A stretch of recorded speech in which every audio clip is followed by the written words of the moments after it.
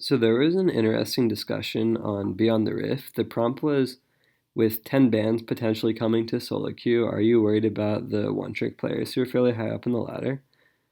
Okay, so like first of all, in like a certain practical sense, the whole question is kind of pointless because the bans aren't going to change anything for most one tricks since they're like, 130 something champions, and you can tell your team not to ban your champ. So it's only like two more bans, and people ban OP. So like I don't think it would make you get your champ much less often than you already do.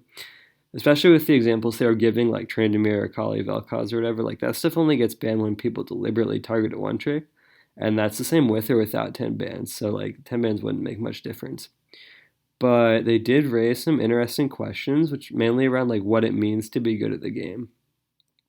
And I think I'm actually in a pretty interesting position to answer this because I made Janna for like over 1,000 games, but like recently I've started playing for my university league team, and obviously if I only played Janna, they could just ban Janna. So I've had to start playing other champs as well.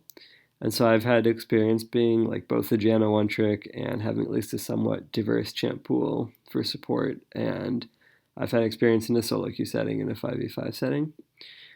So I think to start off, if you take a player who doesn't want to play professionally or anything, but is pretty competitive and wants to win, it seems like their goal is going to be to climb as high on the ladder as they can. So naturally, your definition of good would just be like gets high LP. And I'm not going to go over this here because I think it's pretty well understood and accepted. But being a one trick helps you climb faster, and or at least you can. And since being good at one thing is all you need to win, it seems consistent with the goal of just climbing. But obviously, not everyone shares that opinion. I've been told by plenty of people that despite being challenger, I'm still bad because I only play Janna. Now, I was just arguing, obviously, the fact that you only need to be good at one thing to be good, like that obviously contradicts this. So, I mean, it's worth thinking about what people actually mean by the word good. And so this is my theory of what happens. People originally take good to mean, the ability to win games and all the qualities that make that up. So all the aspects of, like mechanics, decision making, maybe like roaming or last hitting or all that important stuff. And since all that stuff contributes to winning, it seems like when we think about being good, that's what we're thinking more specifically about. But then I think this is where the problem is. People think that stuff actually is what being good is, but the thing is, like, there are more than one ways to win games. But since people like confuse all these qualities that usually come in conjunction with winning, with being good. So like then let's say a champ of one trick plays has a completely different skill set. Like maybe they just play Janna and Pressy on their AD carry. Maybe like they only play Zed and split push or whatever. The point is, if we just stick to the definition of good and how much do they like contribute to winning or losing, as like how high on the ladder can they climb, like the playstyle they use to achieve it obviously doesn't matter. But when we start to confuse the qualities typically found in good players with actually being good, then it seems like the Janna player obviously lacks a lot of these. Like they might be bad at CSing or whatever. And if you're thinking in terms of good in terms of like just the typical aspects, that makes them bad. But in terms of how much they contribute to a team on average, it doesn't. And so then with this in mind, if your definition of good is your ability to win a game, now that we've clarified the difference between being good at aspects that usually make you win and how much you actually contribute to winning, it follows that Janna one trick at 300 LP is just as good as someone who plays all roles, all champs, like the Azir, Thresh, Nidalee, any role, any champ they play it. And I think a lot of people would say, well, that player is obviously a lot better. They're a more well-rounded player, whatever. And remember, we're just talking about a solo queue context here. In fives, sure, the one trick gets banned, but that doesn't happen often in solo queue. And even when it does, it's taken into account in their LP anyways. Like, just dodge or take the loss or whatever. So then, like, well, why would people see the more well-rounded player is better? And I mean, apart from just assuming that solo queue should mimic fives, it might be assuming that being good means able to win in difficult situations or just to succeed with harder things. And it's certainly true that playing lots of champs and lots of roles and like mechanically or strategically difficult styles is harder than just playing Janna every game. So by this definition of good, it seems like the well-rounded player is better. But what I think people forget is that they make it harder for themselves by trying to do all that stuff when they don't have to. It's like if you wanted to get the best meal you could, and pizza is really easy to get right. Gianna is like pizza, like it basically varies from good to great. But then there's something difficult, like I don't know, like caviar or sushi or something. And if you do it wrong, it's really bad. It's like with Thresh, like it's great and fancy if it's done right, but like if it's bad, you just kill yourself with it. And it's your decision to try to make sushi instead of pizza.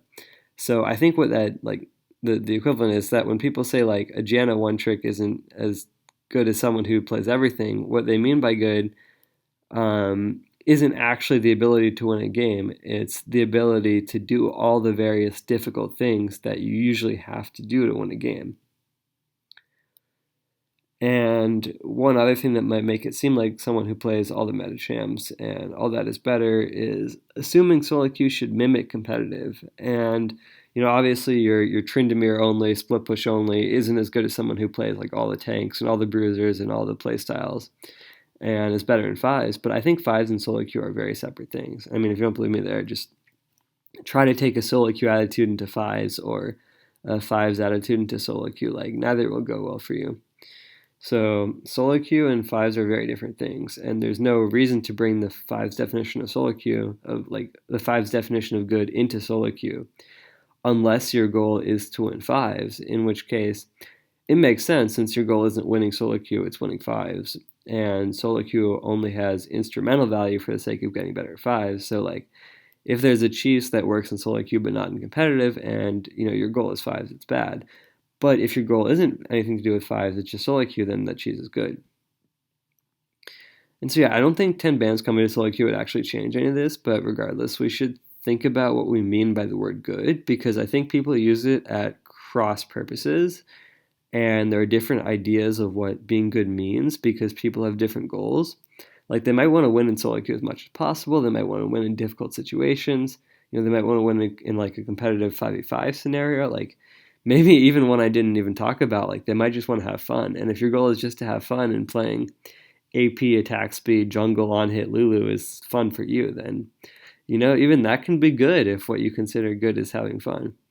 And I'm not recommending any particular definition of good here. Hopefully I'm just making it clear that when we talk about players being good or bad, we have to consider what we actually mean by good.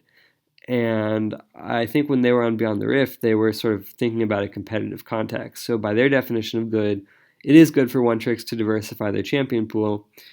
And then that's not necessarily wrong, but we should note that it's only true as long as we're talking about a definition of good that comes from the goal of doing well in like competitive 5v5 play. And this is a separate point, but I want to address something Scar said about how playing more games on your one trick sort of has like diminishing returns, and you learn more by playing other champs. I think it's certainly true that you learn more about the game overall by doing so, but I don't think you learn more about the specific playstyle you play, because just by playing like that playstyle, you're exposed to playing with and against other playstyles, which is all you really need. Like you can play 100 Lulu games and 0 Katarina games and still get a good sense of like when you need to whimsy Katarina when she's about to kill everyone. And like there's always more to learn about your specific playstyle, at least, yeah. So I mean, maybe for other people, like other people learn different ways. Like I could see how it could be helpful to play other playstyles to get a feel for them, but like I don't think that's necessary for everybody.